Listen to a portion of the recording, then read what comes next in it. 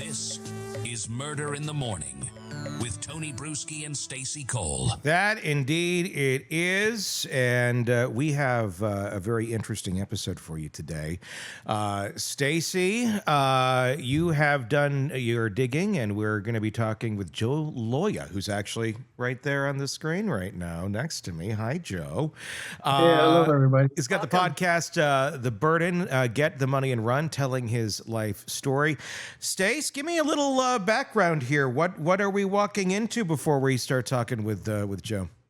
Well, we're going to talk a little bit of childhood trauma and how that shapes a person's life, how it leads them down a certain path, and then basically how you change the course of your life. Yeah.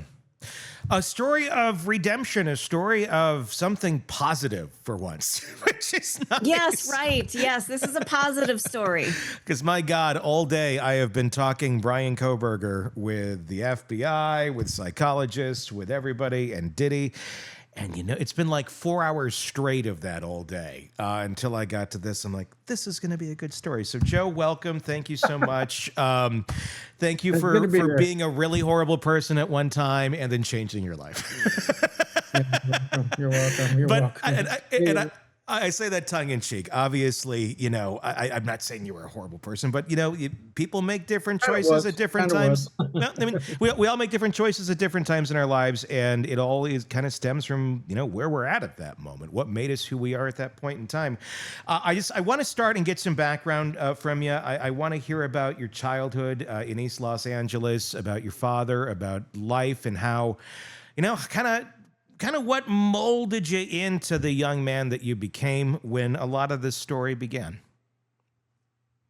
Yeah. So, and we cover all this in the podcast, Get the Money and Run. Go into great detail. Not only do I talk about the bank robberies among the 30 that I robbed, but I talk about like this. I start off with my childhood and kind of what influenced me. One of the things that influenced me very early was my parents were both 16 when I was born. They were out of 10th grade. They dropped out of school and they started raising me, but they were very religious. So I was raised in a really cool community of, but like really cool. I mean, I was raised in a community. Everybody watched out for everyone's kids. Every Sunday after church, a lot of people were raised like this back in the day, where we'd go have potlucks with family, friends, or family, and we just raised feeling loved and everyone kind of doing the same thing, believing the same thing. And my mom and dad, they were young. So they were kind of in the young married group at church. They were obviously 7, 8, 9 years younger than the other young married people who had gone to college and then gotten married. So they were almost treated like little mascots. Everyone adored my family, really loved my family. So I was raised really with this love of God, love of the scriptures. My dad was studying to become a preacher. So my dad, this little goofy Mexican kid in East LA, was ex-gang member. He loved Greek and he loved Hebrew, and he started teaching himself Greek and Hebrew. So he ends up going to college studying languages. So I was raised in kind of a studious home because we were, like I said, loved by the church and the group, the big church we were raised in. We got scholarships to go to private Christian schools. So like, even though we were these poor little Mexican kids, the community that we were in loved us and took care of us. And when I was 7, though, my mother got very sick. She got a kidney disease. And it was just basically 2.5 years of her dying, slowly dying. God. Terrible to watch somebody just, you know, in the prime of their life, and the problem was, when she got kidney disease, it was so far along before they caught it that they couldn't give her a new kidney because her body would have rejected it. So what they tried to do to keep her alive as long as possible was use experimental drugs, which did all this crazy, wacky stuff to her. Sometimes she would think she was Elizabeth Taylor. Oh, wow. She would call home, want to speak to her boys. She would hallucinate. She just, you know, she was, you know, it was terrible. And it was very, very terrible. How old were you at that time? I was 7.5. I was 7.5 when she got diagnosed. So when she's 16 years older than me, so that would make her like 23. Yeah. Right? So she's a kid herself, you know. Yeah, and they're playing home and they're doing the best they can. Yeah. Again, I was loved. Like I knew what love was. And there was but as soon as she gets sick, the stress levels go up. My dad, you know, again, he had dropped out of high school. He'd gone back, finally got his high school diploma, and he was getting ready to go to like junior college and that kind of thing. Yeah. He was doing the best he can with the job he had. And of course, bills are piling up, all this kind of stress. He had had a really vicious temper as a little gang kid before he became a Christian, Protestant Christian. We were Baptist, fundamentalist Baptist in East LA, which is a weird thing in a sea of brown Catholics. So we were like very few Mexicans. We're like, now all my friends who I was elementary school and high school with in the neighborhood in East LA, they're all evangelicals now, but back then they were all Catholic. So Sure. we were like a leading family in that movie. Anyway, bottom line is my mom gets very sick, and when I'm 9, she dies. My dad's stress level is off the charts. He starts becoming a little bit more violent in his punishing us and stuff like that, losing his temper more, because he had, obviously he had been brutalized as a kid. So it got pretty bad. He remarried another woman who was a pretty good stepmother. Her name was Brenda from the church. Now my dad was 26. She was 20. I was 10. Wow. Over a year after my mom died, they get married. He wanted him for us. And Joe, before we get to that part, I want to hear more about you at that moment. I mean, at 7 when this happens, and at 9 she dies, and your dad is struggling and trying to make sense of this. He's dealing with life with the way he knows how to deal with it. Not healthy, but it's the way he knows how to deal with it. I mean, what's going through your mind at, how are you processing the death of your mother? Like you personally, while all this chaos is going on around you, do you have a lot of memories of what you were feeling at that moment? Absolutely. I wrote it not only in this, I wrote it in my memoir, The Man Who Outgrew His Prison Cell. Yeah. I go into great depth here because this is actually where I started getting very troubled. Okay. Super troubled by things. Tell me about that. My mother's dying, and I remember this one incident very clearly. I was very sickly as a kid. I don't know if it's because I knew she was dying. Who knows? But I was staying home a lot because I just couldn't, whatever. I had asthma, and I could use it as an excuse. So I'm staying home this one time. My mother's, like I said, she's dying. At this point, they have a nurse that's at the house who's giving her food and stuff like that. And she happens to come to the table. The nurse is making us makes her some steak. She needed a lot of the iron and proteins and stuff like that. So salt is the bane of her existence. Okay. Like that's the first time I saw these little containers of salt that were like a different color. They were supposed to be salt substitutes, right? She can't eat salt. It's terrible for the kidneys. Yeah.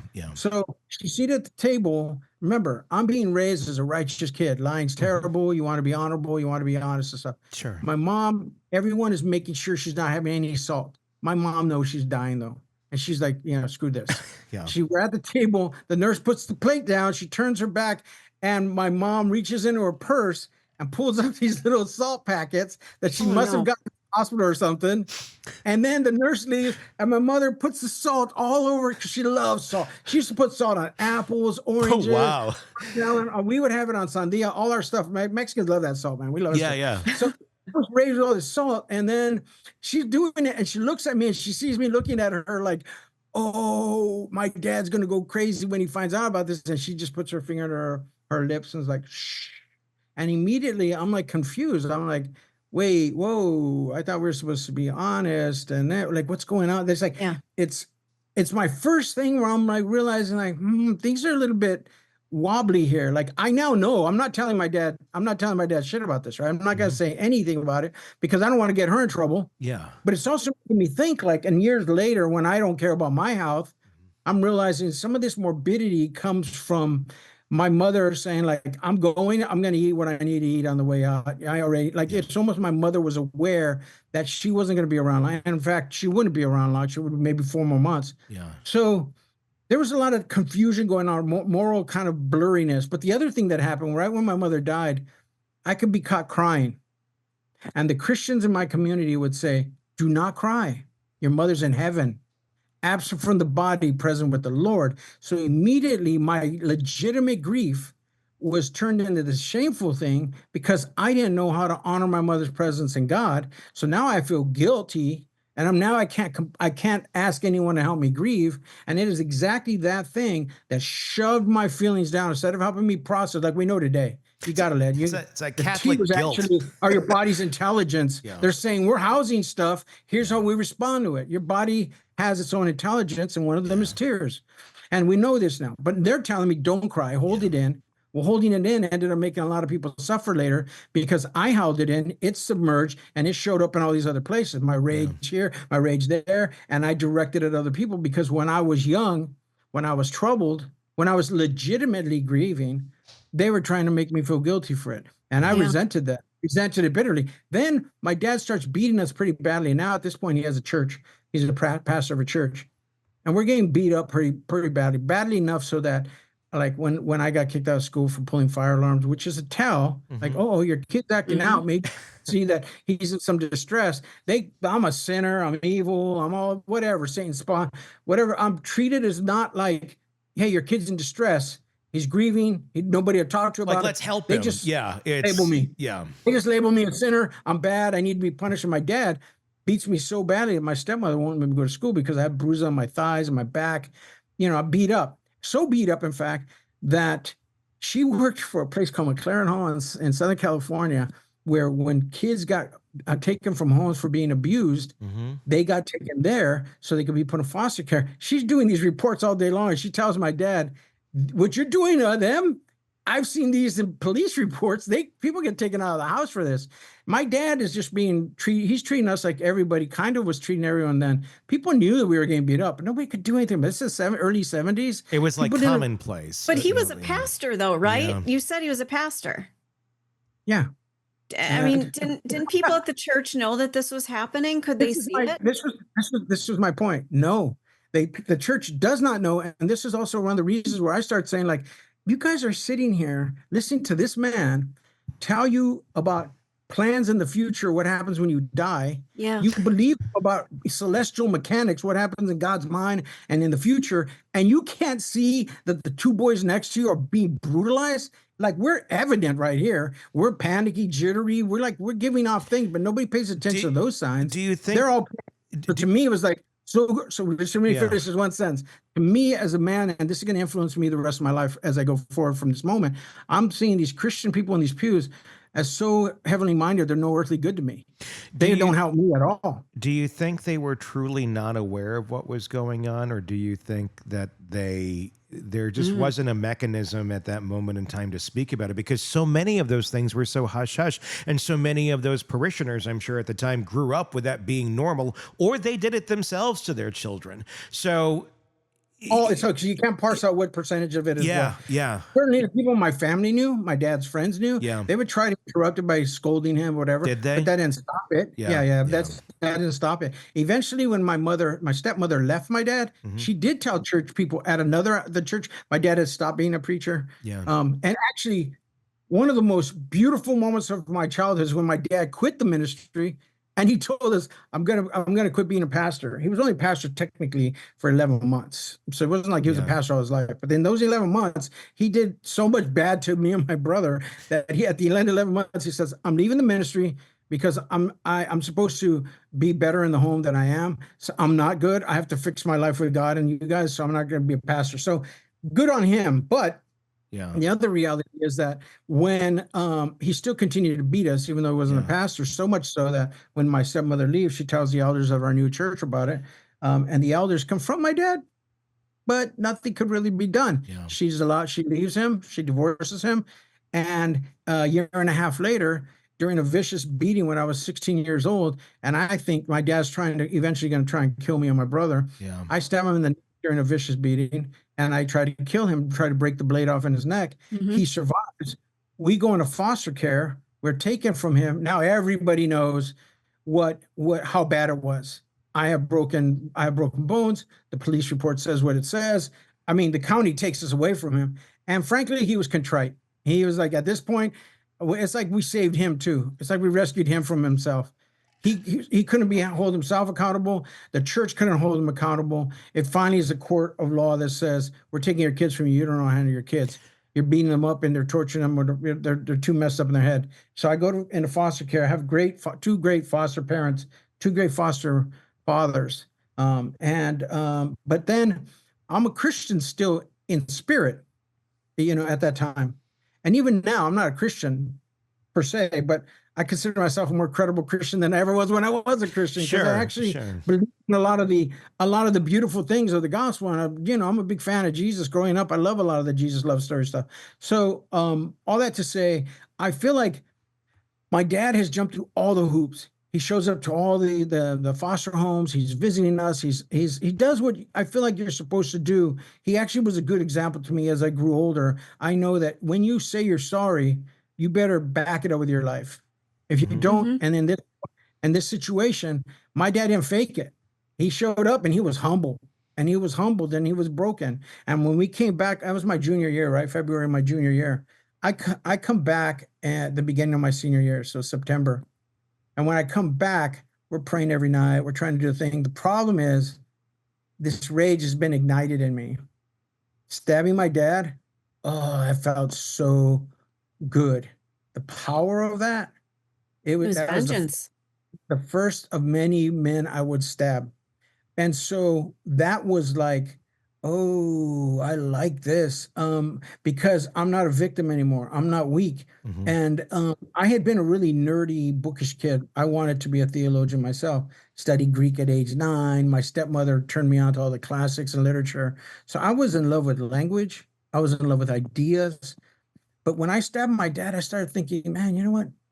That's cool, kind of. I liked what I got, validation at church and that kind of thing. But I felt like that was kind of a feat. I took this dude off the pedestal. And then I was like, I'm coming for God next, man. I'm not gonna just settle with taking my dad as an authority. And I just went against all authority. That's the only thing I could do because I felt so strong. So I'm in junior college and I'm working, like thinking I'm going to get out. I'm going to become maybe a lawyer or something like that. But I'm still thinking by the time I get out of college, go to grad school, whatever, I'm going to make what, $40,000-$50,000 a year. I'm thinking I'm the guy who stabbed my dad. I got power in me and I feel it like this, almost like, come on, let's do it again. We need to like show ourselves that we're bigger. Let me ask you about that just for a second. The feeling of, that power that you're feeling built up. I mean, on the surface you go, I stabbed my dad. It feels great. Like, obviously today you could look at it and go, that's probably not a good reaction to be having. But the fact that you were having that, I mean, it says something about what was going on in your life. Because you had so little control and you had this father that was overbearing, that had a lack of control himself, that as a child, then it took away any control that you had. It was kind of stealing that back. It was kind of giving you a sense of control, maybe for the first time in your life. And that feeling, is that not so much the idea of stabbing your dad, but more so you associated that with having control for one of the first times in your life. Is that kind of the way it felt? You're in the right territory here, but I'll be more clear about what happened. I'll unpack that a little bit more. Sure. What happened before I stabbed my dad, not long before, a few months before I stabbed my dad, he was very angry. My stepmother had left, and he came in one day, he was walking around like he was a drunk, but he wasn't drunk. He didn't drink. But he was brooding. He was so full of rage and so humiliated by the way my stepmother had left him, and he couldn't work. He was going bankrupt because she had left him for a guy at the office. He didn't want to go back in. It was humiliating for his life. Was very stressful. I mean, I understand it now, obviously, as a grown man, but we were terrified at the sink washing dishes. He comes in, he punches my brother in the rib cage, grabs him by the back of his head, starts dunking him in the water, his head in the water. I'm sitting there with a plate, like just frozen. And my brother's like would look up and he's got water coming out of his nose and everything. And he's looking at me almost like beseeching me for help. And I'm just paralyzed with fear. And my dad leans in his ear and says, "You should have died instead of your mother." Oh, and how old was your brother? That moment was powerful to me. Let me explain why. I was accustomed to two major griefs in my life, the death of my mother and the brutality and the beatings. And those two were two separate traumas. Yeah. What he did when he brought my mother's death into it and our beatings, to me, he married them, and it meant he wanted one of us dead, if not both of us dead, by that remark. And in that moment, I'm like, what am I going to do? And I wanted to kill myself first because I was like, I cannot be a coward. I'm not wired to be a coward. I knew in my heart that I housed some bigness. I knew then what I know now, which I've proven, is my narrative was much bigger than that tiny little abused boy who was just going to be abused all his life. That wasn't me. I didn't feel it. And I knew that if I stayed just a coward, I have to die because I could not exist as a coward. And so for several months, I was like, what do I do? What do I do? He wants to kill us. Well, I got to kill him. I have to kill him first. because now he said this thing about my brother's dying and he's all brooding around the house. He's just indiscriminately attacking us. So when he beats me that one day or a week before, I told his girlfriend, you need to leave my dad. He beats us. And she took us out to this nice steak dinner. And I lift up a steak knife a week before and I say, if he stabs us, I realize all of a sudden I've described myself as this weakling, as this punk, as this lame, and I can't stand the impression I just made of myself. So I pick up the steak knife and say, next time he beats me, I'm going to stab him in the neck. And she says, no, Joey, put the knife down, put the knife down. Violence doesn't solve anything. But I have now put it in my mind, when my dad does me next time, I'm going to try and kill him. And I thought the neck would be a kill shot. So a week later, when he does beat me, I didn't lose control. He beat me. He leaves the house. And even though I got a concussion, I quietly go to the kitchen. I grab a steak knife. I walk into the bedroom. I put it under the pillow. I lock my brother in the bathroom. And I say, don't stay here until I'm done. When my dad comes in, and he starts disassembling a weight set to beat me with it. I stand up with the knife calmly. He comes, charges me. I say, put it down, put it down. I charge him and I stab him in the neck, try to break it off. It was all because I intended to not go extinct, to preserve me. And so what I did violently was I took control of my narrative and I innovated with the narrative, and I wasn't a weakling anymore. I wasn't a weak victim. I was now that phrase. I embodied the phrase, ain't no fun when the rabbit's got the gun. I now predator and he was the prey. Yeah. And I flipped the script, and that innovation will do two things to you. One, it feels really mighty in your body to change your script. Yeah. It's what everyone knows, whoever converts their life from being, prostitutes, drug addicts, killers, and they find God. I see that all the time when people come out of prison and they find God. They change their narratives, and it's empowering. Why wouldn't it be? Sure. Everyone who changes their narrative gets that power. The second thing was, it was a power in my body. I now own power in my body that was new and novel to me, but accessible to me, that other people didn't have. And it was proven by when I went to McLaren Hall. All those beat up kids in there, not one of them attacked a parent. I go to prison, all those mafiosos, all those killers, all those guys who became badasses, when they looked at me and they saw that I may not have been a gang, I may not have been all those other things, but when I was 16, when I was abused, the difference between me and them was I tried to kill my dad. I didn't beat up my girlfriend. I didn't grow up and beat my kids, the dog, attack other people. I went after my dad. That gave my narrative and my body, it's like, oof. So when I tell you a couple years later, I'm like, oh, what's going on? It's because my body was saying, dude, why are you taking the bus? You have a Maserati in the garage. You need to go faster. You got more power than everybody else walking around you. Use this power. And because now here's what the bad childhood happens. Because I'm so dark and full of rage that I have no sense of, nobody's helped me process any emotions at all. The one time when they could have helped me, they were shitty at it, right? They were like, don't deal with your grieving emotions. So it turns into rage. That's all it does. Rage is just grief and wound disguise. Yeah. So I'm now an adult. I'm looking at going to college for 6 years so I can get out and make $40,000, $50,000 a year. I'm like, no, I'm the guy who tried to kill his dad. I'm supposed to do a lot. I'm supposed to make a lot more than this. And so I tried to connive my way into crime, and I started doing petty crimes because I'm like, screw this. I deserve more than this. And I fuck around and do these crimes that are petty crime, just Grand Theft Auto. I stole someone's keys out of their hand, I took their car, pushed them down. I did a lot of bounce checks. I just petty crimes, fraud. For the people who had larceny in their heart, I would make them believe that I was doing crimes in Mexico and I could make them money, so they would give me money. I would just defraud them. But I was just hustling, trying to figure out how to be a criminal. And it wasn't until I become a fugitive in Mexico, after like doing crimes all through Southern California. I go to Mexico with $35,000, $40,000, and I go into Mexico. I'm now 24, 25, and I'm a lame criminal. Like, I'm a petty criminal. I'm not a guy who knows anything about anything. I haven't done really no jail time. I'm not a guy, not in a gang, nothing. Again, I was a nerdy guy. Now, did I have violence in me still accessible? Yes, but I haven't marshaled it yet. Not really. So I go to Mexico, and real criminals see me coming, and they know this guy's here, and he's spending all this money. He probably has a lot of money hidden in his condominium. They go to my condo. I come home one day. Everything's torn apart. All my money's gone except for the $2,500 in my pocket. So I'm like, oh man, I got to go make money. Mm-hmm. What do? I can't defraud people because you got to get close to people to defraud them. I don't have time.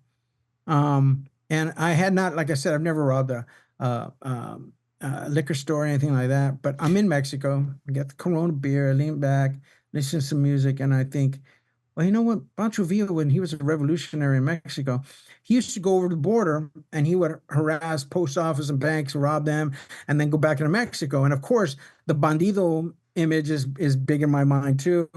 And I'm thinking, you know what? I should just go in the United States and start robbing banks. And it was like that. The bank robber in me was born. It was just that.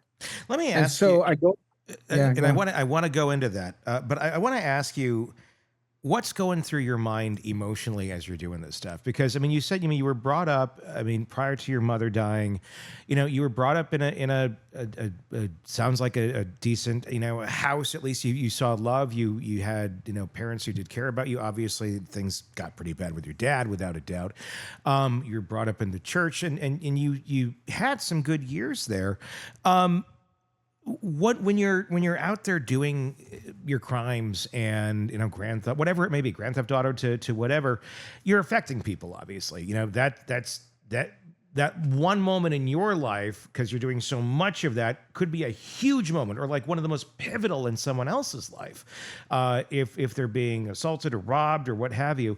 What's going through your mind? Are you feeling, any empathy for these folks, or are you like repressing that down? Like what's going on for you emotionally in those moments?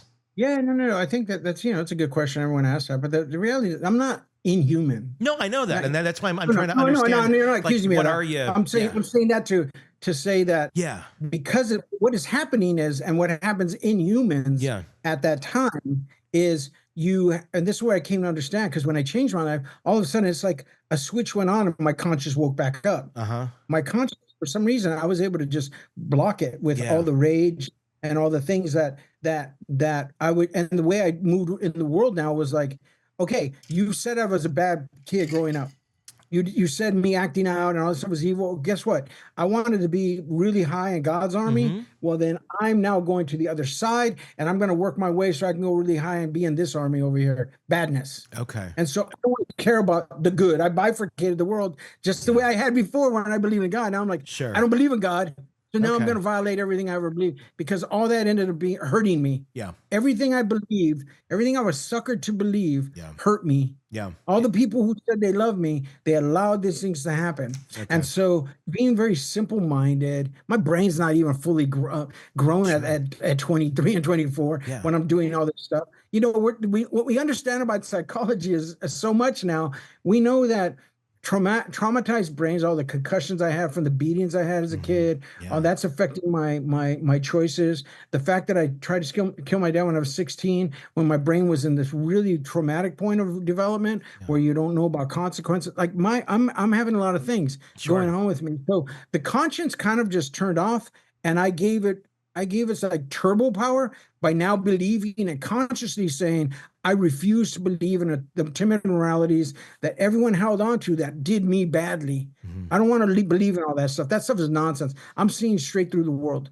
And and so that's another conversation. But at the time, I felt that the world was lying to me and they were lying to themselves. Sure. I was seeing the world really is. And so I was going to succeed in the world the way it really is.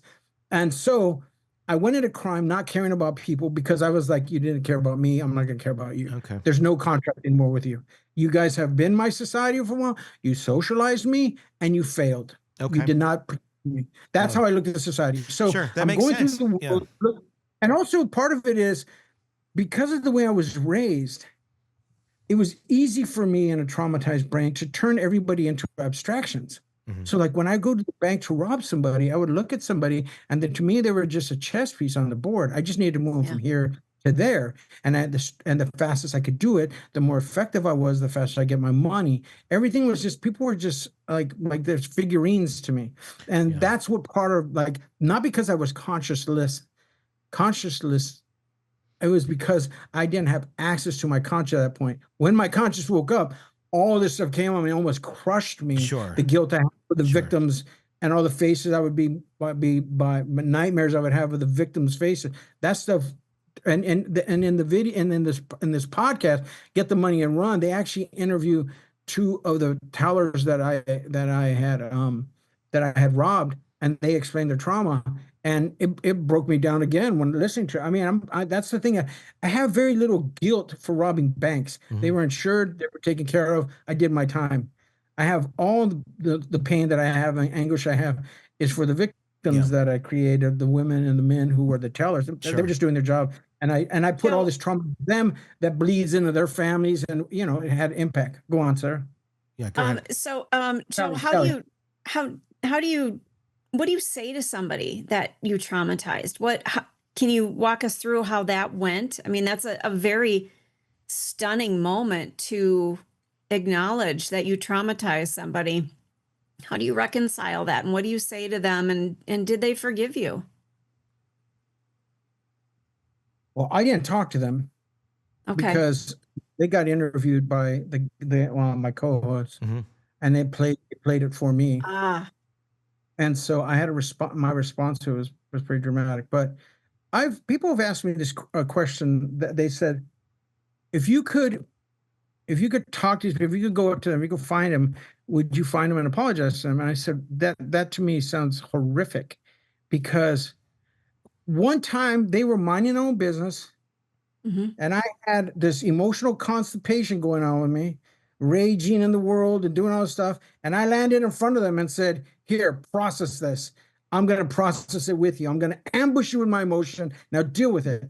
And calling them on the phone, sending them an email saying, hey, I have all this guilt and I have all this shame about the way I treated you. Let me just ambush you and throw all my emotion. I need you to help me process it. It feels exactly like the same selfish, emotional move that I made when I was back there. I would prefer for them to come to me, meet me somewhere, send me some. I will sit and listen to them berate me and tell me anything. It's their turn. Sure. But I'm not walking up to anybody and saying, hey, I need you now, help me deal with my emotions again, because I can't deal with them. I hear what you're saying. Really healthy way to look at it. Yeah, I mean, that's the only way to look at it, because I already victimized them. Yeah. Why would I do this again? In the name of what? Oh, I want to look at how sincere I am. Look at how I changed my life. I don't have to prove anything to them. If they want to come to me and they want to berate me and humiliate me, or I'll take it. It's my turn. And probably not even berating. I would think it maybe more so just to find some peace in it, and maybe see, okay, one of those victims sounded like he wanted to berate me. Like, well, maybe there is that too. Who knows? But I guess I'm saying they're allowed any feelings they want to have with me. But you're allowing them to do it on your terms. It's like the door is open. If you were someone that I victimized, I'm happy to talk. But I don't want to intrude on your life that you have probably picked up and moved on a lot from now, and come back and go, hey, remember this shit show? And yeah, exactly. Like, help me process this so I don't have to feel guilty anymore. Yeah, it makes sense. Feel better. No. Don't you feel better? Yeah, I hear what you're saying, because you're not making it about you. It's like, if you want to talk, I've admitted my wrong. If you want to process it with me and do it your way, that's fine. I'm happy to help you. Yeah. Okay. I hear that. That's incredible. You robbed over 30 banks in 14 months. That's quite a run. What was it? I mean, what was your typical day back then? I mean, how are you planning these sort of things? Is it just I don't know how to rob a bank, Joe.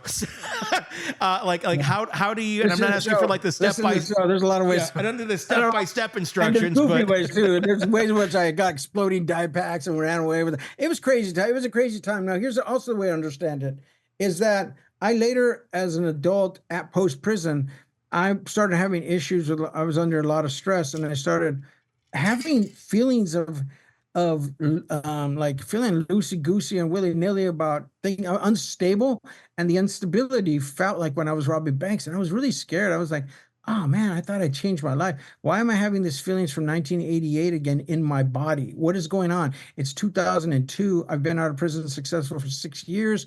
What's happening? Turns out I'm bipolar. And what I was having, it was a bipolar episode that eventually ended up in a hospital. Mm-hmm. And the feeling when I got told I was diagnosed with bipolar, I was so grateful, because for like 8 months while I was going through this episode, I was concerned I had a character flaw because I was like, oh no, I'm still the guy I was back in '88 because I'm so like feeling so unstable. And now I understand the bank robberies through the lens of mental illness. When you're when you're when you're in a bipolar episode, one, you get manic. Two, you feel this grandiosity takes over, and 30 banks in 14 months is as grandiose as it gets. Like that was off the charts grandiosity. Like some Grand Theft Auto game shit there. I robbed 4 banks in one day. That's as grandiose as it gets. Like and I was like, I was doing all these crazy things where, I mean, you gotta listen to Get the Money Around. I can't even go through them all. Like some of the escapes are so cinematic. Where once I end up in the back of CHP cars and they drive me from one place to another, not knowing that I just robbed 4 banks in their city. Like there's just all these kinds of there's ones where I'm exploding die pack and I have to get chased and I get away. All these great stories about what happens, but this feeds into the sort of cinematic kind of pace that I was running at the time, where I felt like, again, I had turned myself into a new narrative. I wasn't a petty criminal anymore. I innovated with my story in a different direction, and I elevated my game so that not only that, when I get arrested and go to prison, I run with a bunch of crazy, violent criminals, and I become an even bigger criminal. So do you have like a crew with you at this point in time? It's not just you alone robbing a bank? It was me.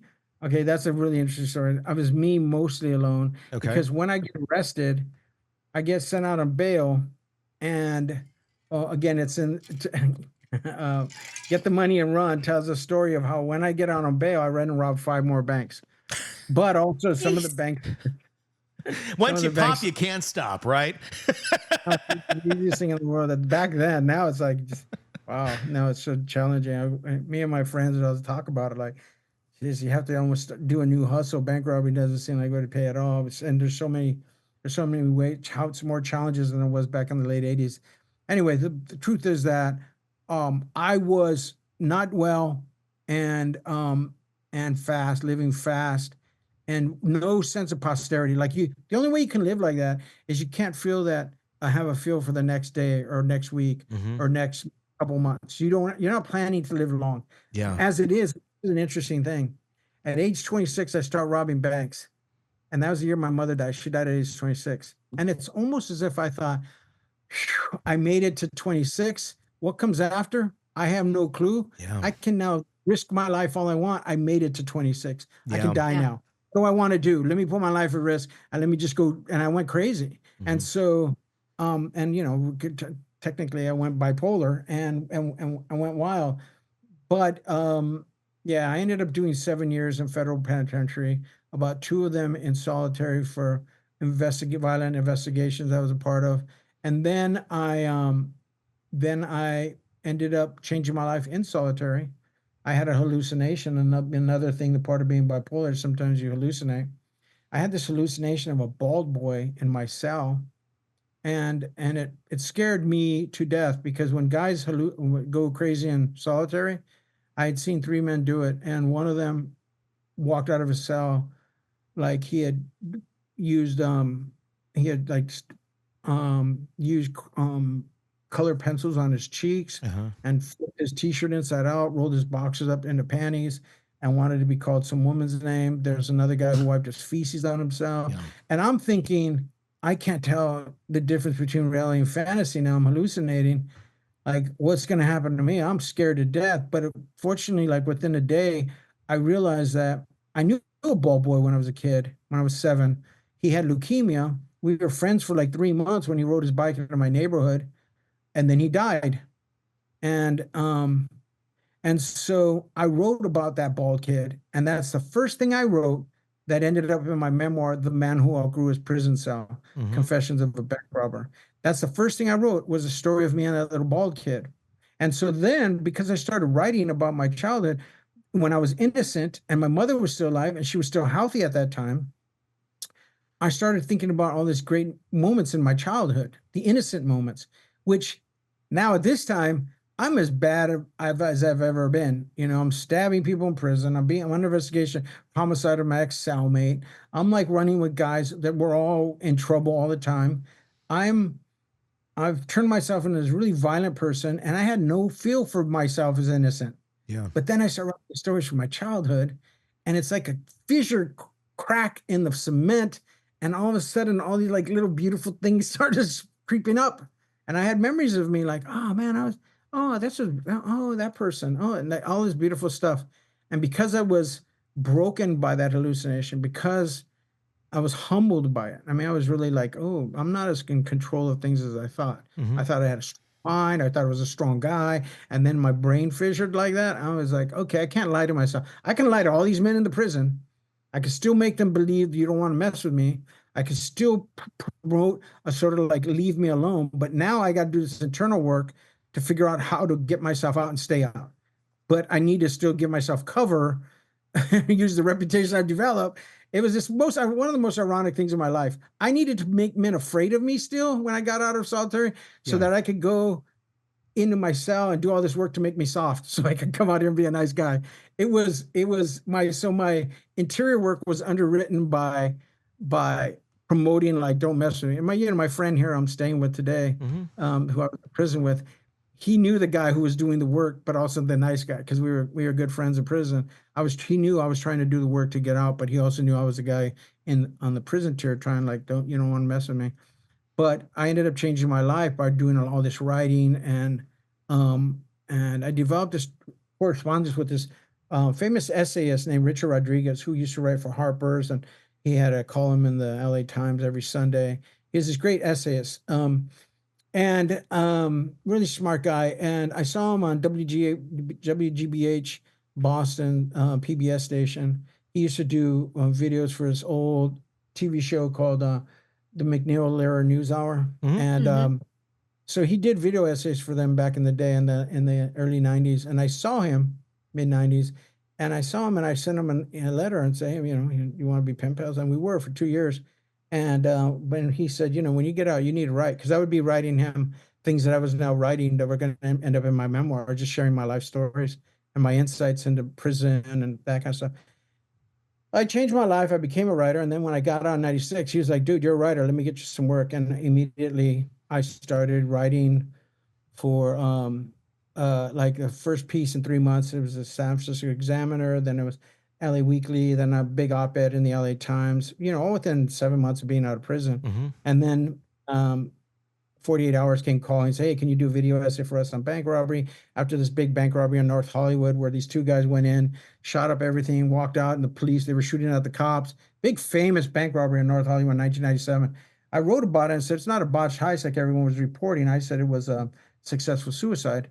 And that got me on TV, and I started becoming a talking head. And I would be on CNN and all this kind of stuff. And I'm writing my memoir, and writing essays and exploring my life, and really had changed my life.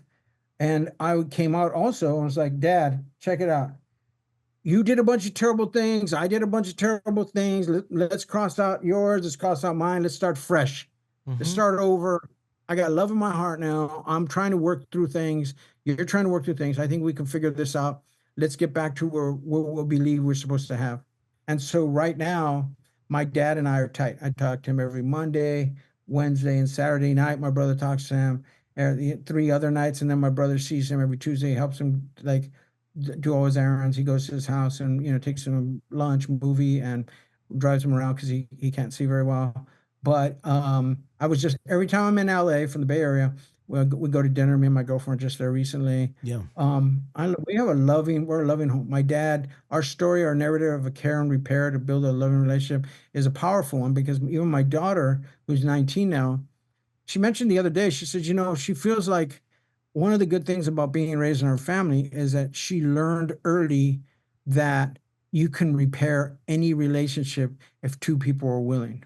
Because our family legacy now to her, I have all these bank robberies and I changed my life around, but the most important thing to me is the love story between me and my father, and and how that when I stabbed and tried to kill him, that devastated our home. That we didn't have a home. It was like, we didn't have no power. It was gone. I obliterated that. Right. You know what? That's my phone telling me I'm supposed to call my dad. See, he felt The it. irony, yeah. At 5 o'clock, I get notified to call my dad on my days. Yeah. Anyway, but here's the point I want to make is that I want to tell you this quick story about me and my dad to kind of tell you where we are now. When we go into we've gone into prisons to talk to men who have beat up their children, their wives, their girlfriends, and these guys get this program where instead of going to prison, they get this modified program where they have to go learn to deal with their anger and their emotions and their insecurities and all that stuff.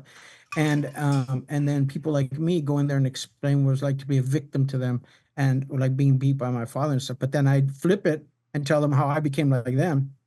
I became violent, and I hurt other people because I didn't know how to manage my rage. And I talked to them from both sides. Like, here's what it's like to be a victim, and here's what it's like for you guys, and you guys are wrong, and here's how you can change it. Well, I brought my dad in several times, and they love to listen to my dad because he confronts them. He says, you guys think it was them. You think it was your wife if she hadn't said this, your kids if they hadn't done that. But you know, like I knew in the bottom of my heart, in the dark of the night, that it was on me. I didn't know how to handle myself. It's my fault. Hey, my dad's real honest about that, but he tells a story because it's really powerful for them to see me tell my story being almost killing my dad. And then my dad comes up right there and they're like, wait, what? Yeah. What? It's hard for them to reconcile that. And he tells a story and the guys are just, it's amazing. Guys with tattoos on their face. They look all like, dang. And they're just like riveted by our story, and they're quiet. And it's very intense. My dad's explaining how I'm coming to stab him. We're wrestling and fighting for the knife. And then he says, you know, when Joe stabbed me and that knife went in my neck, he said, I instantly knew it was my fault. The Bible says, don't exasperate your children. And I exasperated my son who loved me when he was a baby. He says, but when Joe started twisting it off to try and break it in my neck, I was like, oh, that's just Joe being an asshole. And everyone started laughing. Everyone starts laughing. I'm laughing because I'm ready to turn to a puddle up there. It's so emotional, so powerful and stuff like that. But my daddy has this dark sense of humor because we survived this thing. Yeah. And everyone laughs, you know, the guards and everyone, they're kind of allowed to be relieved of the moment. But it's this really dark moment. My dad has a good sense of humor about it. And when we all get together, me, my brother, and my dad, we're very loving. We're very playful. Anyone who's around us says, like, you know, they've never seen anything like it. And they probably haven't, because we're willing to do the work. And I have a father who, from the minute that he could, he would show contrition. He knew how to be humble. And he's taught me a lot about, and when I make mistakes since I've come out of prison, I know how to be humble. I know how to say I'm sorry. I know how to work and try to repair things. And it doesn't come easy. We had to do a lot of work to get to where we are. None of this is easy. That's precisely why most people don't get to this. Yeah. They don't get to repair things because they go halfway. They don't know exactly how to meet the day. They don't know how to get the best of themselves to rise up to the occasion to try to address the thing. We're so muddied. We're so unfocused. Yeah. We're so not questioning ourselves and not asking the right questions about ourselves. And so it's challenging. But I'm fortunate. I feel blessed. I have a 19-year-old daughter. We've had our own challenges, but like I said, you know, the great thing is she has seen me already work on the relation with my father, and she knows that, hey, well, that means we get to work on ours, and we do. We talk things seriously and work through things. And, you know, it was a rough life to get here, but like me and my friend who I'm staying with, he has his daughters too there, and like I said, just graduated college. We were in prison together, and we knew what it was like to be desperate and alone and angry, and then we came out and we found love. And we found family, and we're now men over here drinking down this by a stream on a summer night in Connecticut, and it's like, it's beautiful. My girlfriend's sitting here with us, watching us, and it's lovely. We finally made lives of ourselves that are not these brutish, angry, scary moments, desperate times. It's about trying to put goodness in the world, and he and I are drinking our beers and laughing in the morning, at night. We're just enjoying being men who figured it out. Yeah. You know, and I think more young men need to hear your message. Yes. Yeah. There's there's a whole life ahead of you, and you may not yes. remotely see it at that moment in that time.